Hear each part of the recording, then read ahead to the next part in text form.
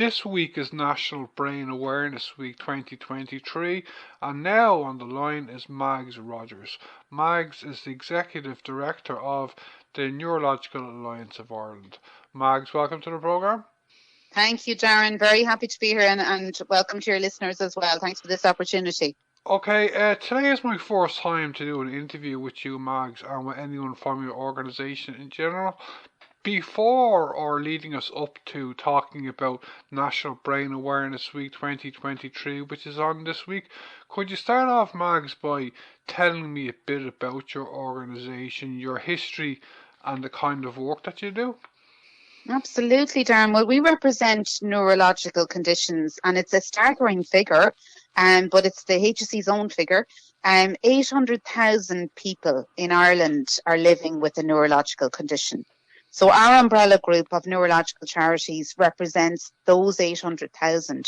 Anything from stroke, acquired brain injury, multiple sclerosis, Parkinson's disease, motor neuron disease, any condition affecting the brain, that's what our umbrella represents. And we work to promote investment in services for people living with neurological conditions. So a lot of our work is advocacy, trying to get policies in place and trying to get policies implemented so services are there when people need them. 800,000 people, that's a huge number. I think it works out as about 15% of the population, does it? It does, and that figure always catches people by surprise. But if you stop for a moment, or any of your listeners stop for a moment and just think of the people that they know who've suffered a stroke, have migraine, for example, epilepsy, Parkinson's disease, multiple sclerosis, we all know at least one person in our immediate circle with one of those conditions. So when you add it all up, it is no surprise really that we're talking about that many people in Ireland living with a neurological condition. I was looking at your website last night and your member organisations. I understand that bipolar disorder and schizophrenia are also neurological conditions. Can you tell me, Mags, why your organisation does not, I think, represent organisations who deal with people with these illnesses? Well, I suppose it's really just the treatment pathway, Darren. In some countries, brain conditions would come under, mental health would come under that remit of brain conditions. In Ireland, the psychiatry and neurology would have diverged. So people with neurological conditions would have a very different treatment pathway and would have a very different service needs from people with what we would think of as mental health conditions.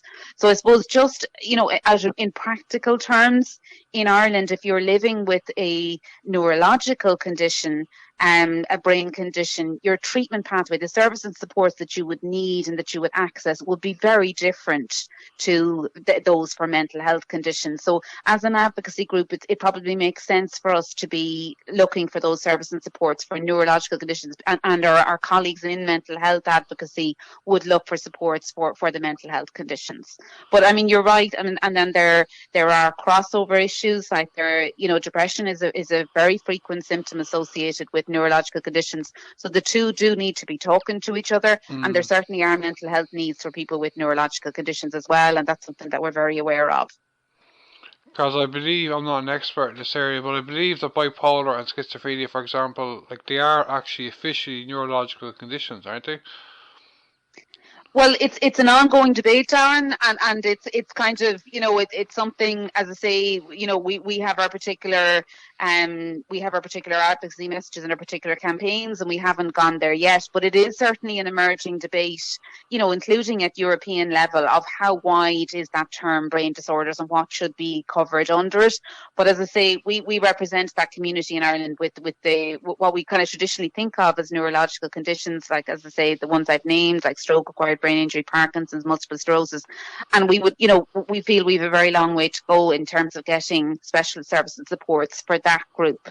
And we're working away on that, and our messaging around Brain Awareness Week is the need for specialist supports for that group. As I was saying, I was looking at your website as well, and there are actually a huge number of neurological conditions around the world, aren't there? There are 600 different types of neurological condition. I seem to be throwing a lot of numbers at your listeners today, but that, like, it is staggering when you think there are 600 different types. That they would include things that would be relatively common, like migraine, epilepsy, and then the rarer conditions, the likes of perhaps motor neuron disease or Huntington's disease, again, which have a devastating impact on sufferers and their families, but wouldn't be as well known. And there would certainly be a lot of stigma and misinformation attached to neurological conditions. So a lot of the work we do during Brain Awareness Week is promoting awareness of those conditions and working with our own individual member organisations around promoting that awareness, but also, as I say, that critical need for specialist services and supports. And we have a campaign at the moment which we're promoting this National Brain Awareness Week, which is looking for community services in particular for people living with neurological conditions. Okay, I just have one more question before we kind of talk a bit more about National Brain Awareness Week. But I find it remarkable as well. I was reading last night that even today, new neurological conditions are still being discovered. I find that remarkable. Can you tell our listeners more about this, Max? Well, I suppose because it is the brain and because it is so complex, there are neurological conditions, very rare neurological conditions being discovered all the time, and new neurological symptoms. So we heard a lot about, during the COVID pandemic, we heard a lot about long COVID and the neurological symptoms involved in long COVID. So it's a combination of better access to diagnostics, and we certainly have, over the last number of years, we have much more improved diagnostic techniques. I suppose what concerns us here in Ireland is that really just hasn't kept pace with the support services in the long term for people living with neurological conditions. That yes, more people are being diagnosed with these conditions, more people have access to a diagnosis, but again, it's ensuring that those services and supports are in place when people are living with those neurological conditions. Okay, can you tell me a bit more about National Brain Awareness Week this week? Indeed. So National Brain Awareness Week takes place all this week, and our theme this year is Invest in Brain Health. And that theme is broad enough to include everything from the need for, as I say, the investment in the services and supports, but also what people can do to invest in their own brain health. And we've had a number of events and webinars this week already, just lifestyle tips. What works for your heart works for your brain. And so all the things we would have grown up with around exercise, around eating the right foods, around getting enough sleep, all of those messages for general health and for heart health would also apply to brain health. And again, another statistic for your listeners, the World Health Organization, again, a group we heard a lot about during COVID, and the World Health Organization has come out and said that approximately 1 in 3 people will develop a neurological condition at some point in their lifetime. And I'm not saying that to frighten listeners or to make people concerned. It's a hopeful message as well, because there are a number of neurological conditions that are preventable through people, I suppose, being empowered and learning the right messages in terms of their brain health. So it's a two-way message, this Brain Awareness Week. It's the need for those specialist services and supports, and it's also what people can do to invest in their own brain health. And just to go back, Darren, to your questions about mental health at the start of our chat, again, for brain health, there is a need for those specialist supports, for the consultants, for the nurses, for the teams to be in place. But there's also things that people can do themselves, like with mental health.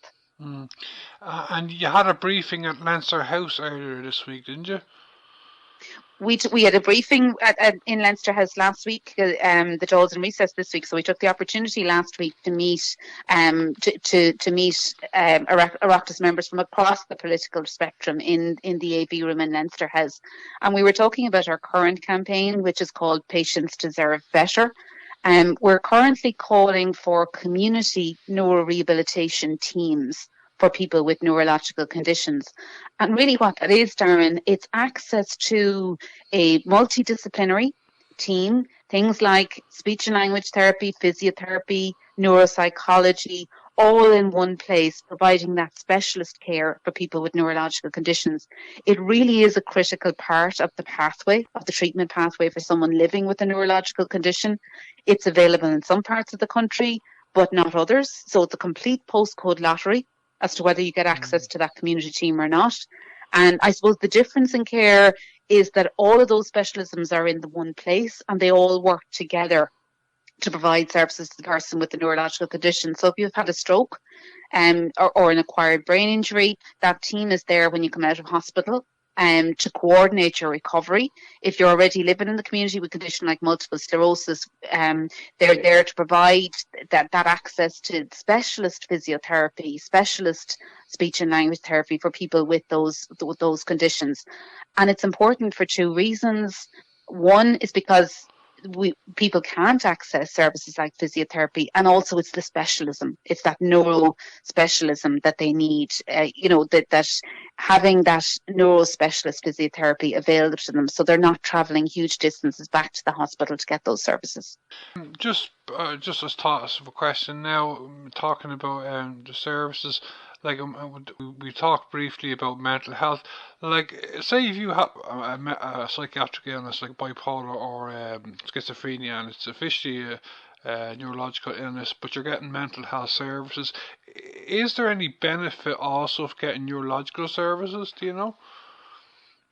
It's not my area of expertise, Darren. Unfortunately, the psychiatric conditions wouldn't be my own area of expertise. I wouldn't be sure how to answer that question.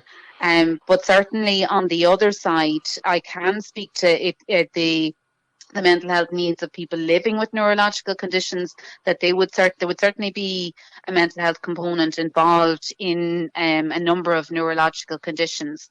I'm thinking conditions like Huntington's disease in particular, and for those patients and the families, access to mental health supports would be critical.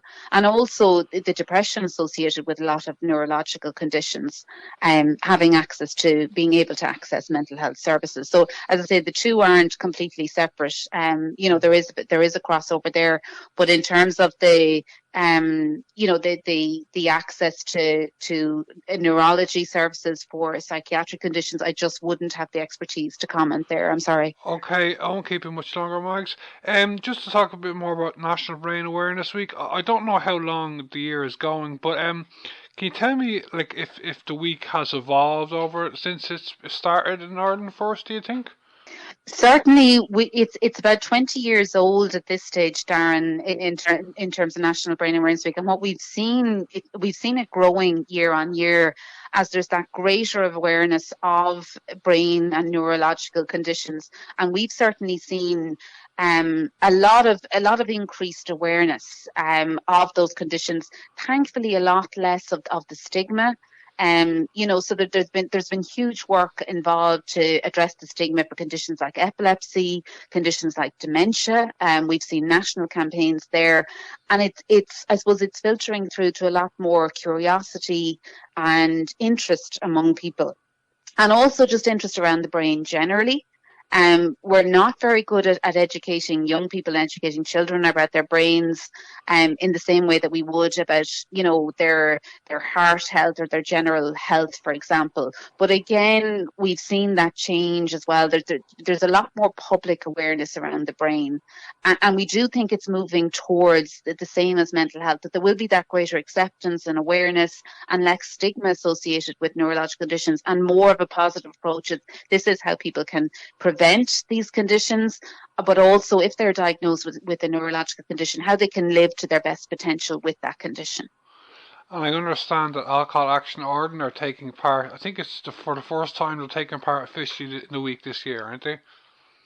That's a really positive collaboration that we have with the HSE and with Alcohol Action Ireland around the impact of alcohol and brain health, because again, this is something that people wouldn't really be aware of or mightn't have thought about. The impact of of alcohol and so many aspects of brain health. And just we are releasing information. As I say, people want to find out about Brain Awareness Week, they can visit our website, loveyourbrain.ie, and they can find out all of our information and all of the events that are happening. We have an events page on that website, and it talks about all of the different events that are happening nationwide for Brain Awareness Week. But certainly that alcohol and brain health message is really important, because there's very little awareness out there. And again, it's putting the power back into people's own hands for what they can do in terms of lifestyle factors to protect their brain health.